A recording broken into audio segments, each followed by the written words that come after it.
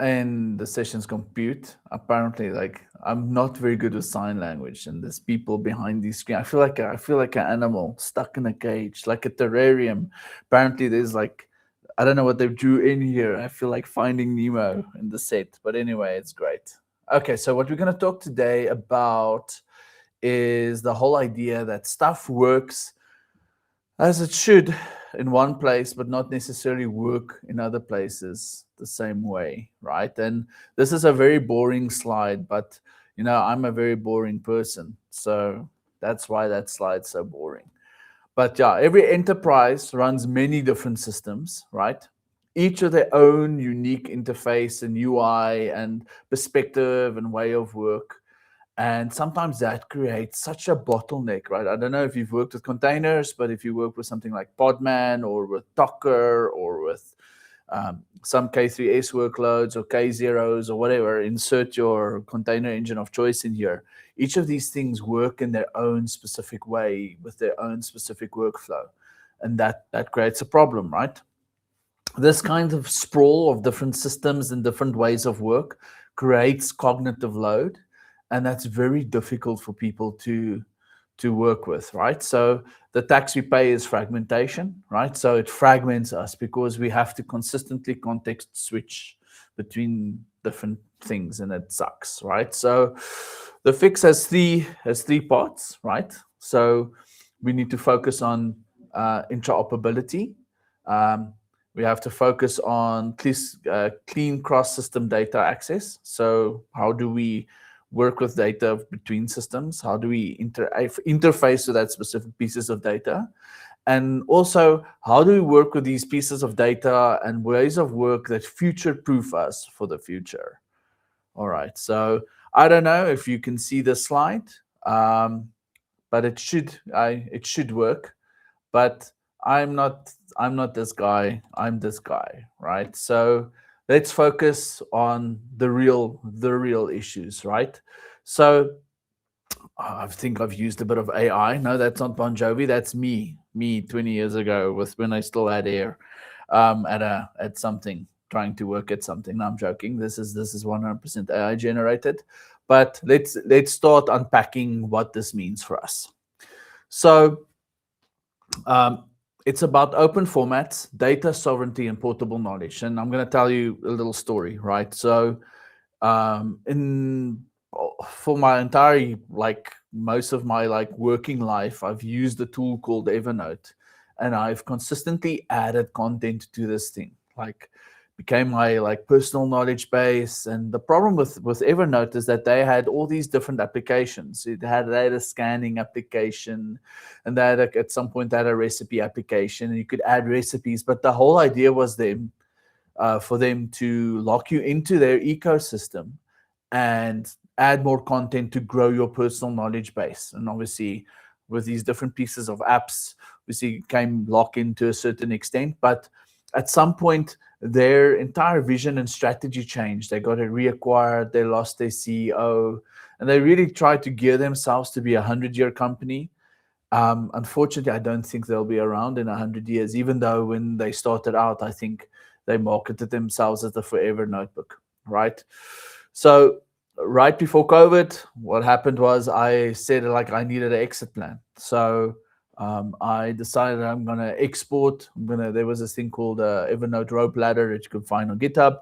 I exported all my content, and at that stage, I decided that I'm going to use Markdown as a universal way of using note taking.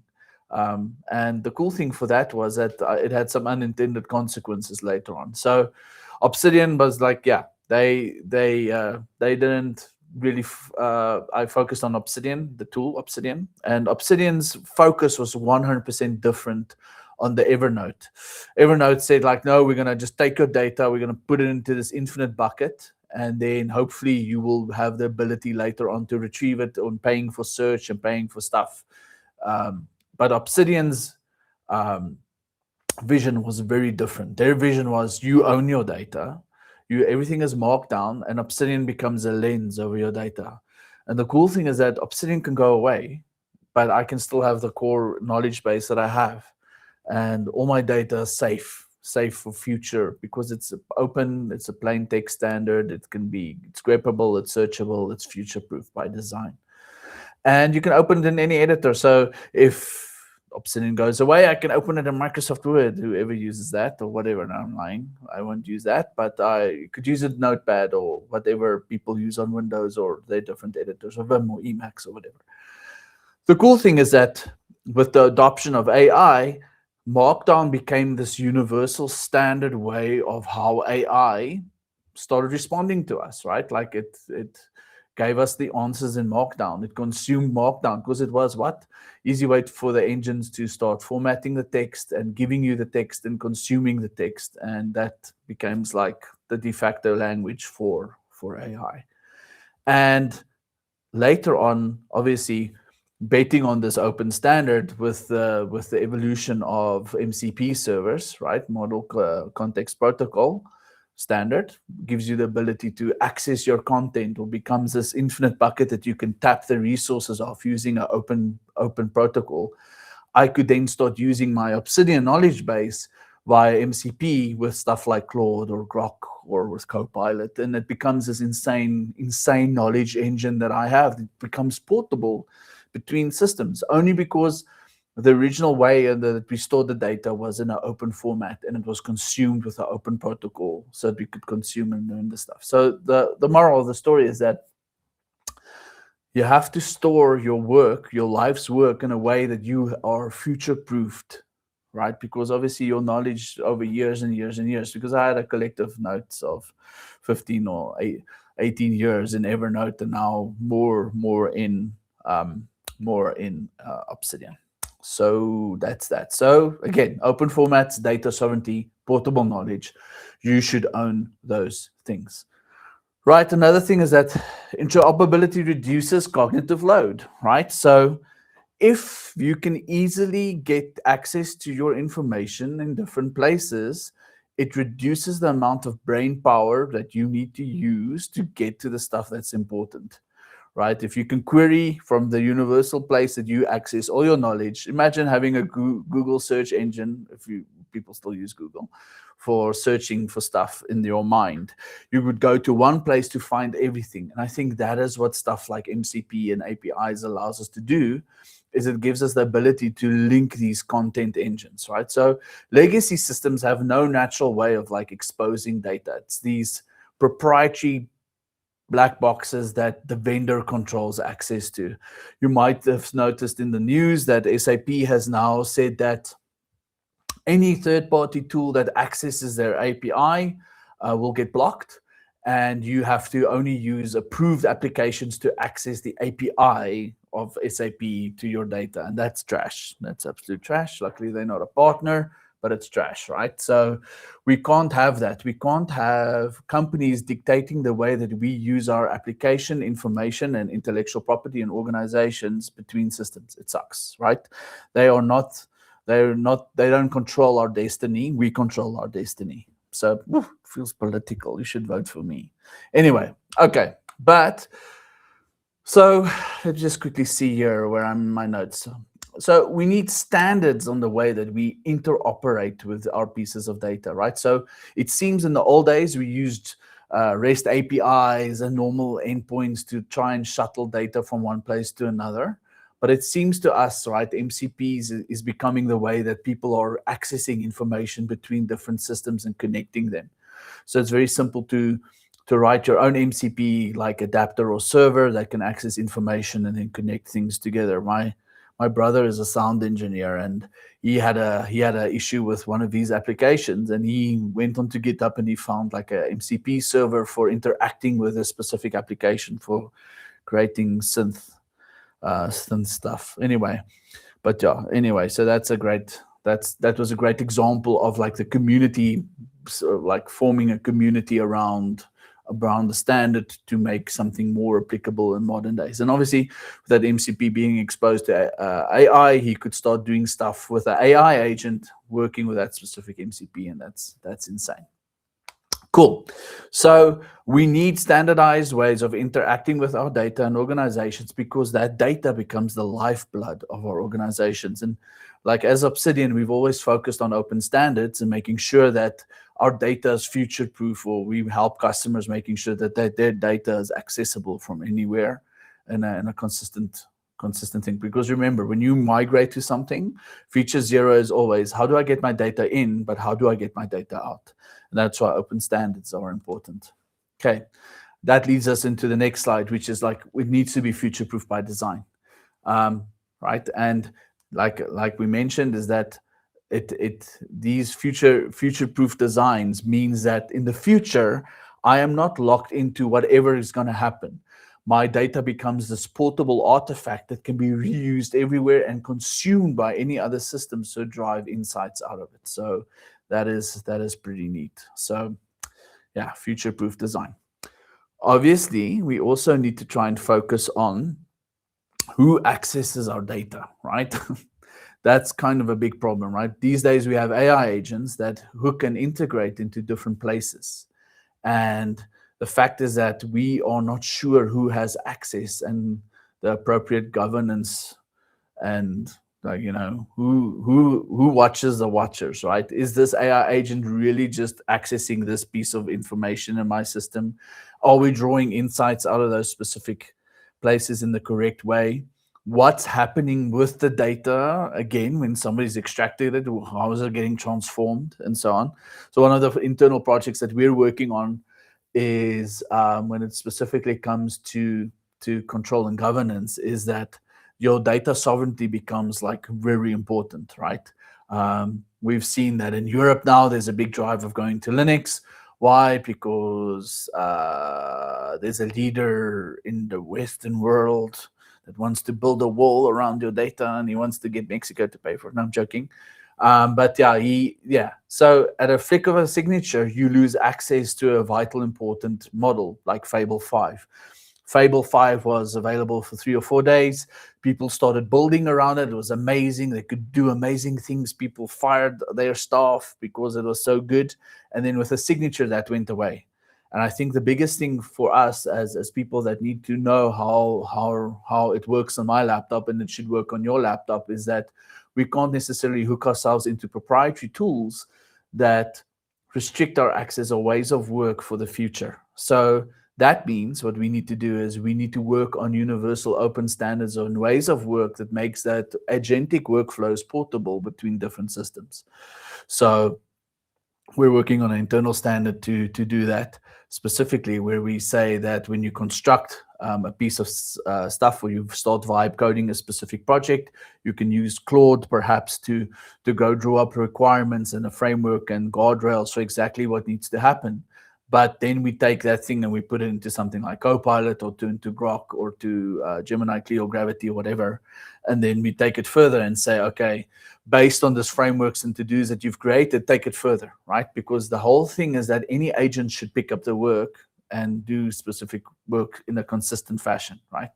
So we need that kind of control as well, is that agents don't necessarily work the same way each time, right? Monday, okay, I don't know, like there was this thing where they always say, like, never buy a car that was built on a Monday, because if it's a rough weekend, you know, it would be, the wheels would fall off, right? But we have that problem with agents today, is that we don't have things that consistently deliver in the same way, unless you have clearly defined specifications and agent workflows that guide that agent in a specific way. So when you do stuff like good governance within your ITIL frameworks, or you have good frameworks for building or doing enterprise architecture, you need to have those things in place and make sure that the AI agents and things are consistent, so that they can work in a consistent fashion, so you can have predictable results. Right, so that is what one thing. I think another thing that we had visibility and controls in is that we were working on an internal Confluence project where we're consuming all our content, and then doing basic nutrition labels for content within our stack. Nutrition label would be, this is a very content heavy page. This page has got a lot of confidential information in. Why? You kind of want to go and gatekeep that specific information that has confidential information on it, like ID numbers, email addresses, telephone numbers, and like relationship status and things like that, that's in a specific database. And you don't necessarily want the AI to consume it and then spit it out for anybody in the organization to have that, right? So we want that to have the content with specific nutrition labels. So that's very important as well. So visibility, control, and governance is really important when we come to AI, or in fact, the way that we work, right? There's lots of different standards on making sure that the way that we work is consistent. Is your processes documented? Are you using conventional commits and Git? Are you using editor config in your editors for producing content or code or writing code and things like that? Are you using the same set of skills in your AI agents for producing stuff? Are you using workflows and GitHub workflows and CI/CD pipelines in the same way across all your projects, right? Because this all becomes a governance problem.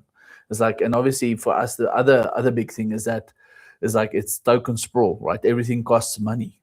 So each time you do a query and things are more complicated and not defined according to your organization standard, the token counts increase, and that like really relays down to cost, but also not cost. It's also babysitting. Oh no, we meant this. Oh no, we meant that, you know. And the big thing is that we also help customers with that whole standardized ways of work, to have a unified way of work, to make sure that things are working consistently in a consistent fashion, so that when you automate, things work well. So here's just a summary of what we talked about, right? We help customers to think and plan around the ways that they work, collaborate around their code bases, and so that they can stay future-proof, right? So obviously, if you would have said to me, AI will take over the world 3 years ago, I would say, yeah, kid, yeah, sure, right? But it is kind of a thing now, for now, right? But also remember that AI is not the endpoint. AI is the enabler in any organization. AI is like a phone. It enables you to make the phone call, if people do use phones for phone call and not infinite doom scrolling. But it's the thing. It's the tool that makes you work better. It's the way that works, right? So obviously, when you carve a statue, you won't use a spoon. You would use a chisel.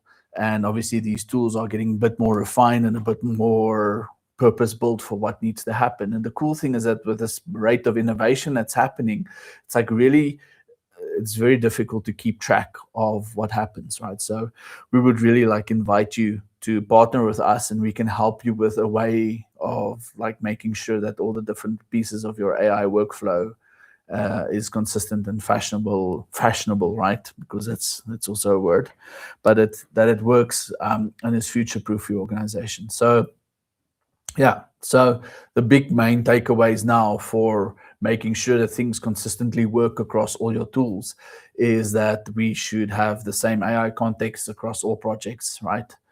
We need to also try and keep our traditional tools in sync with the ways that we work, and make sure that whatever commitments we make now for tooling kind of future-proofs us for the future, right? We want to make sure that whatever investments and financial commitments we make now, and tooling roadmaps and renewals and things like that, or technology embraces that we do now, that it's going to be around in a certain amount of time, right? So that also makes sure, yeah, we have to make sure that these tools are also thinking about the future, right? But also remember, the golden rules is like, is it open source? Is there open standards? And can we get our data in and out in a way that is not restrictive or locking us in, right? So open formats for the win, interoperability, future-proof.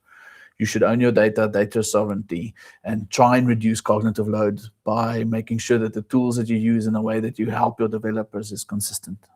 So yes, welcome to the Token of Appreciation World Tour, right? So give us a ring, and I'm now open for questions. We have about 10 minutes for that. If there's any questions, that would be awesome. If you can't reach me and I can't see your questions, what you could also do is you can, oh, my lovely assistant is bringing me questions. What does it say? Is it questions? No. I do have a question, Karl. Yes. So what was your inspiration for your slides? I think so, I think somebody mentioned that wouldn't it be cool to have an 80s hair metal band that are technologists, right? And I responded to that, and I think it worked out well. There's something else. Here's another question. Okay, so here we go. Sorry, give us a seckie. Yeah, I can't really multitask because I haven't written an AI agent to do it. Thanks, AJ, for the question. What do you think about the open weight models? Ooh, that's nice. That's a great question, right? So open weights are only one part of the problem, right? Having open weights is a good idea, but weights only make let's relay this to a real world thing. So what does open weight say? Let's try and democratize that question for everybody. Open weight says, like, if I make a decision on something, these are my criteria for making a decision. So the weights are open. So I'm saying, like, I lean more towards this opinion than towards this opinion, right? So that's one part of the problem. That is a good idea to have those things public, right? But open weights don't really make sense if you have the data not available to train on. So data should be accessible in such a way that you can actually apply those weights to them, right? So open data is also important. So when we start making decisions about pieces of data, then we need to make sure that the data is accessible and the weights are accessible. Then hopefully we can have a model that is reusable to a certain extent, that we can do that. And obviously when you think and relay back to what open weights should be realistically in a business sense, it should probably relay back to what is my best practices as an organization. Like, no, we prefer conventional commits over this kinds of commits. We prefer using feature branches over like something like just tags within a branch or something like that. Or it's like it's your best practices weighted towards you.